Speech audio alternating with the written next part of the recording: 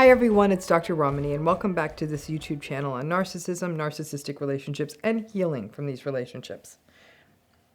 I call this video the needless person. Let's talk a little bit about what that means. So let's start by considering, you could write this down, you could drop it in the chat. Let's talk about what happened to your needs when you were in a narcissistic relationship. Where did they go? What happened to them?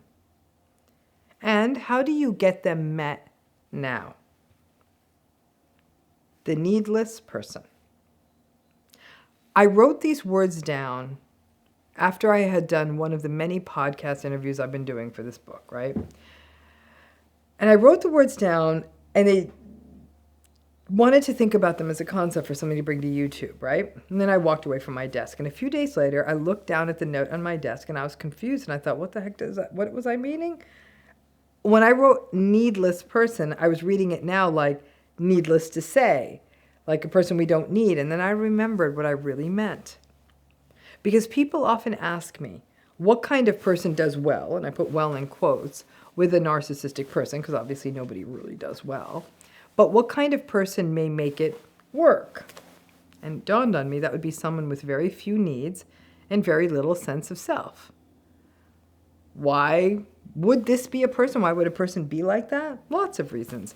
Severe trauma bonding since childhood, cultural factors that so incentivize just being what other people want of you and not yourself, lack of knowledge or education about these patterns, or being surrounded by other people who are living or have to live this way, right? So let's talk about this needless person, because this is literally what the narcissistic person really wants, though they would never articulate it that way, right? The needless person never articulates any needs, and they always put whatever needs they have second. And they've been indoctrinated into believing that not needing and giving in and taking care of others is virtuous or good, or they've learned that to be needless is the only way to survive. To have no needs and become needless could be a form of trauma response. Become what the other person wants, and then you are safe, connected, and attached. It's horrifying and it's tragic. But don't delude yourself into believing that this phenomenon is something that we'd only see in heavily authoritarian or inequitable cultures where, I don't know, for example, women may not have many rights. Nope. It's happening right near all of us.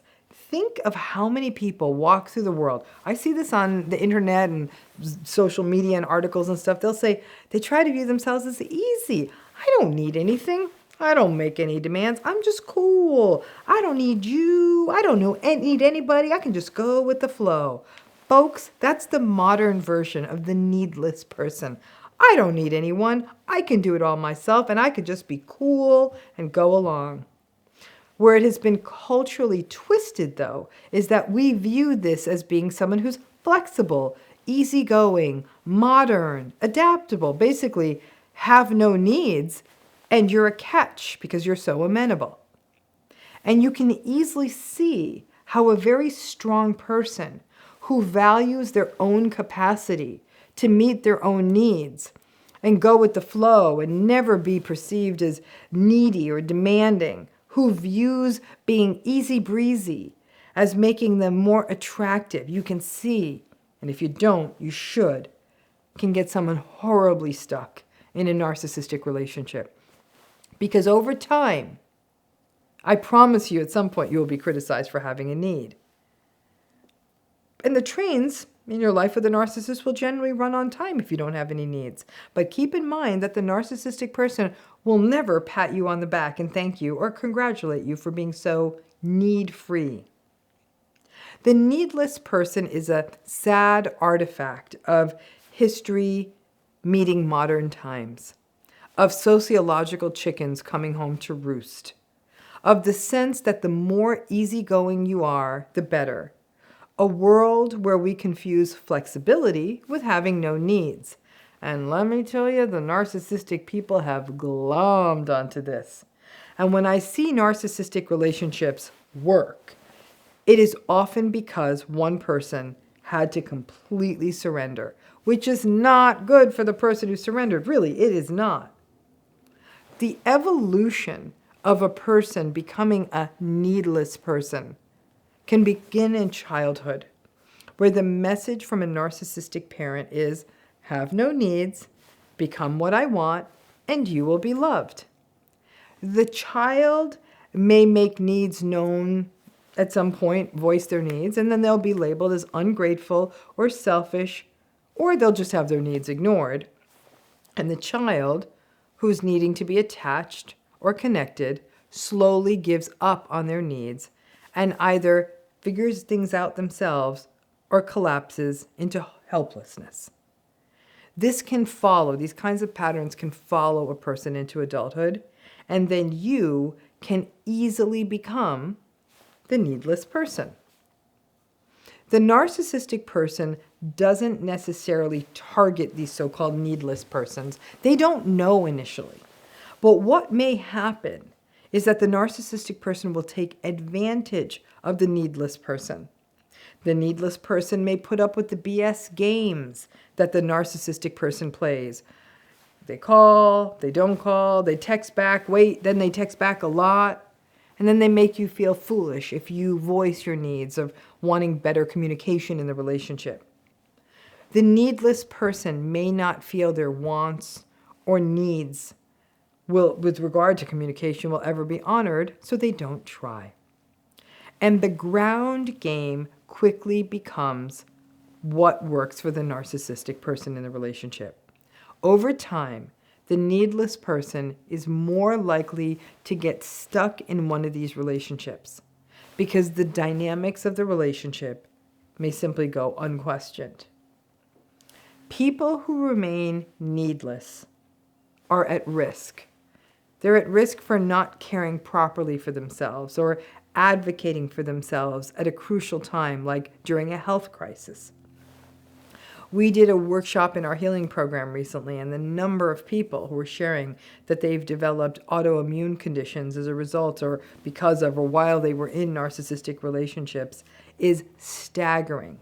That sort of chronic, unrelenting stress and the absence of any of your needs ever being met.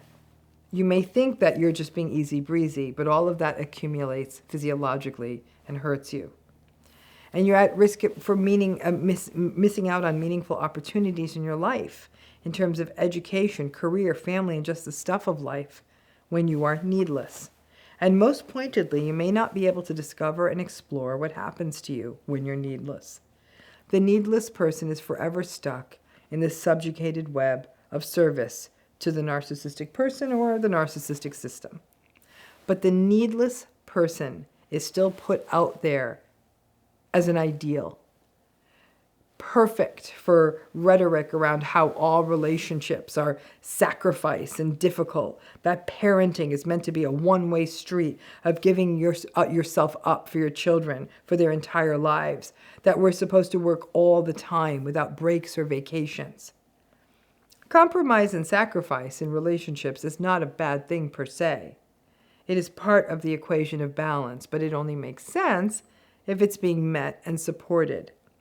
That there's a reciprocity and mutuality, and you feel like you're being seen, heard, valued, and being actually allowed to be your true self. Frankly, under those conditions, if you're sacrificing, it doesn't feel like sacrifice. And a healthy partner or family or even a workplace will recognize if someone is not exerting their needs and check in on that and make sure that the person's okay. But if you are in a long-term or have been in a long-term narcissistic relationship, being needless sort of sadly, if you will, worked while it took a toll on you. I have to tell you, I remember as a child thinking that being ideal meant that you simply went along with everyone else. You caused no friction and you were easy and flexible and always enthusiastic about what other people wanted. But I was never taught the other half. That in a healthy relationship, two people or a group of people go along with each other, listen to each other's needs, meet each other halfway or at least part of the way. Needless to say, none of us should be needless. Healing means figuring out what yours are. From the kind of time to space to meaningful activities to needing a snack to the thermostat setting to what temperature you want your water that you drink to be to how you hope to communicate to how you feel safe. Know these things and find spaces where you can express them. When you recognize there's folks in your world who shut you down, grieve that and then learn from that. Grief is not just a process, but it is also a mighty teacher. Sadly, we think that the counterweight to need less is needy, which implies desperate, sad, pathetic, right?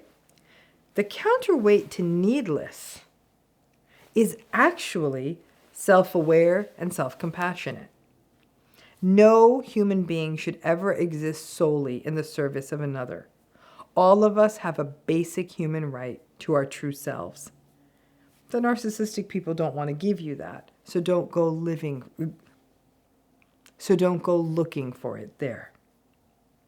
Find your safe spaces, even if initially they are with yourself, and let yourself need and know what you need. It may also make you less vulnerable and more discerning in narcissistic and in other toxic relationships. Thanks again.